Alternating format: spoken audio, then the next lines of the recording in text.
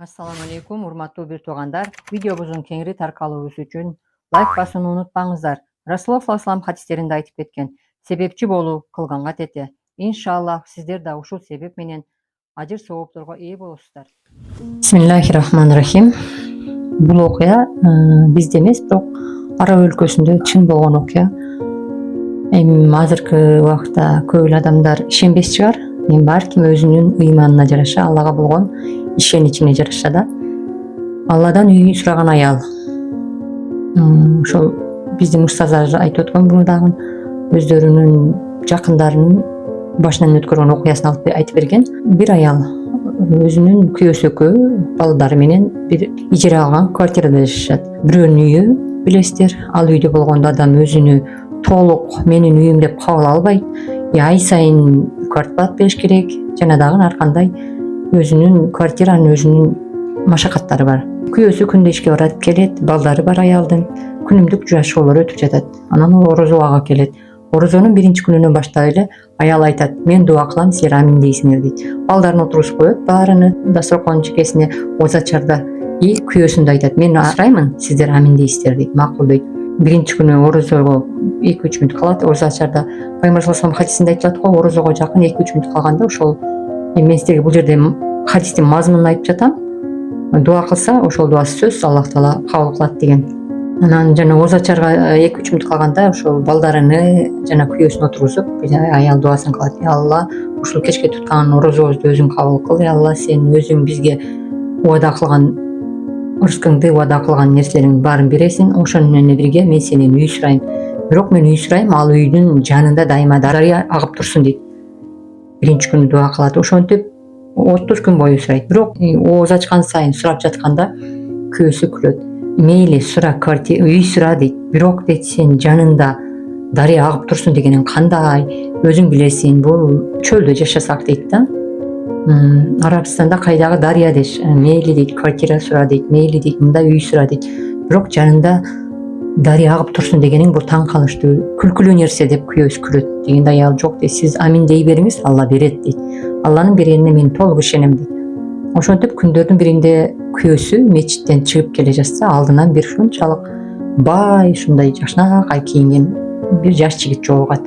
Жанагы жигит жолугат, келет күйөөсүнө. Жана жигит өзүнүн, мындайча айтканда, өзүнүн адептүүлүгү менен жанагы кишиге: сен кедей экенсиң, байкуш экенсиң, кебетиңдин кедейлигиң көрүнүп турат деп айткан жок.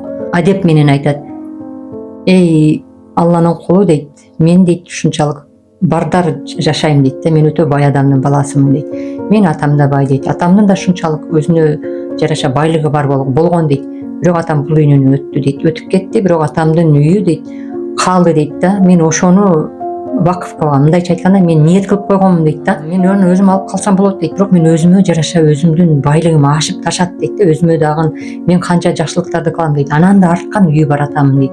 Ошол үйдү мен алдымдан ким биринчи чыккан болсо ошол адамга хадига берем, Алла жолунда берем деп ниет кылып койдум эле. Ошону мен сизге берейин деп жана үйдү берет да.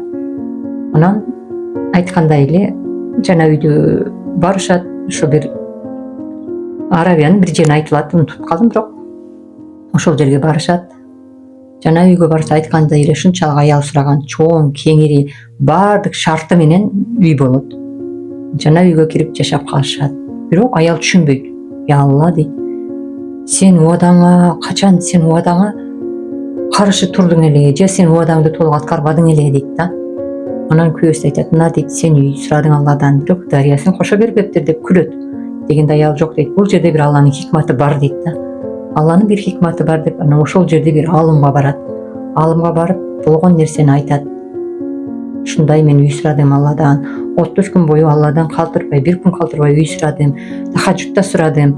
Бирок Алла мага айткандай үй берди, сонун үй берди, бирок жанында дарыясы болсун деген элем, ал дарыяны берген жок дегенде алым күлүп туруп, мыйыгынан жылмайып турат да.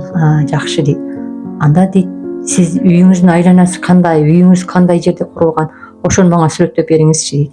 Дегенче жанагы аял айтат: үйүм ушундай болгон, айтат, айланасы ушундай дейт. Жанында мечит бар, чоң мечит бар, 5 убак азан айтылат, 5 убак адамдар келип намаз окуп турушат, мага көрүнүп турат дейт. Алым жылмайып туруп: мына дейт Алланын дарыясы дейт. Көрдүңүзбү дейт, Алланын хикматы кандай дейт. Эми дейт пайгамбар саллаллаху алейхи хадисинде айтат, кайсы бир үйдүн жанында дейт 5 убакта чоң дарыя болсо дейт, ошол жерге дейт адам баласы 5 жолу түшүп жуунуп турса кандай кири кеткен сыяктуу дейт. 5 убакыт намаз окуп турса дейт кайсы бир адам ошол дарыяга жуунуп тургандай күнөөсү кечирилет дейт.